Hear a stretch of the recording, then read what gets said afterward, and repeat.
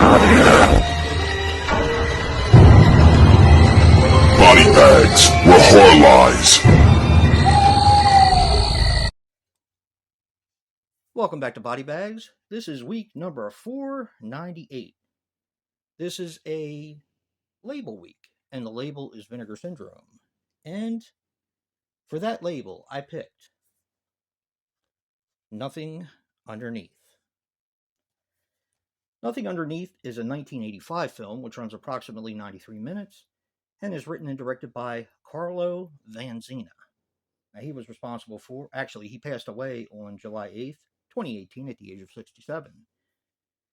He was responsible for Miami Beach, Us in the US, and The Last Fashion Show, which is actually a sequel to Nothing Underneath. I haven't been able to find it yet, but I am looking for it because I do want to see it after watching Nothing Underneath. Now, this stars Tom Shanley as Bob Crane. He was in Girls' Night In, God Incorporated, and Guarding Charlie. This also stars Renee Simonson as Barbara. She was in On Thin Ice, Carla and Jonas, and Carla and Katrine. And Nicola Perring as Jessica Crane. She was in Duet for One. That was the only thing I could find on her. Now, this also has Donald Pleasance in it, as you can tell from the title. This is a really fun giallo. This is my second time watching this one, and I think I liked it better this time than I did the first time, and I actually really liked it the first time. This is an 80s giallo. Now, the rules change in an 80s giallo because the music is softer, it's not as abrupt and in your face, the sets are more lavish for the most part, and I don't know, there's something about 80s giallo, even though this was the time when giallo had passed, that I really like. I don't know, there's just something about it. Now, this tells the story of Bob and Jessica Crane. They are twins. Now, Bob is in Wyoming and he is a park ranger. Sounds kind of weird, but it's true. I'm not making it up, I swear. Jessica Crane is actually a fashion model in Milan. Now, it's always been said that sometimes twins have psychic capabilities.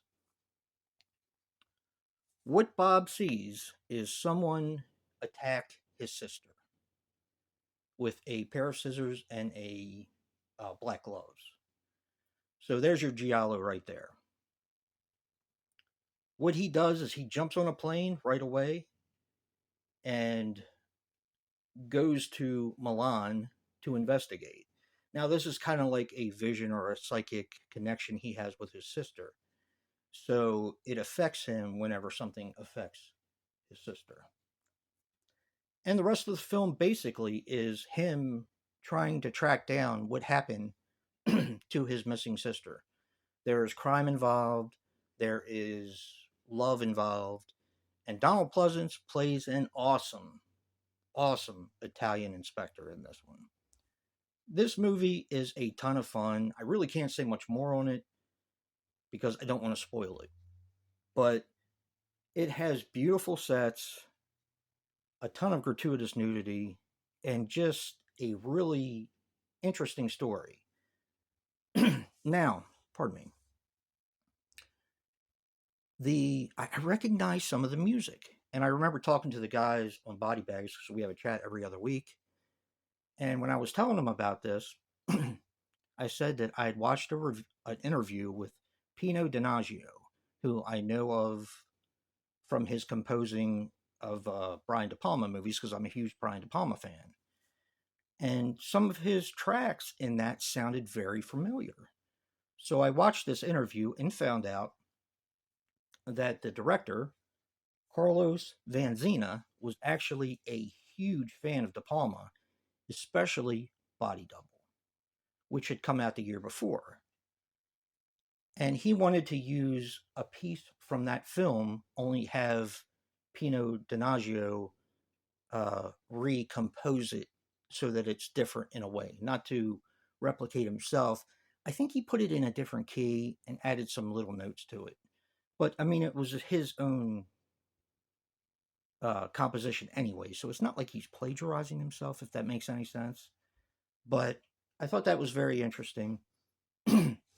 And when I was watching this interview, Pino Donaggio said that he gets a lot of requests to do composers to do the score of films. Rightfully so, because he's a great composer. But he sees a lot of people that like Gialli as a general rule and want him to compose because of what they've heard in De Palma films, which most of those I do consider Gialli. But he won't do it because they either don't have the budget for it, or it's a kind of like a halfway done sort of thing where he knows it's not going to come out right.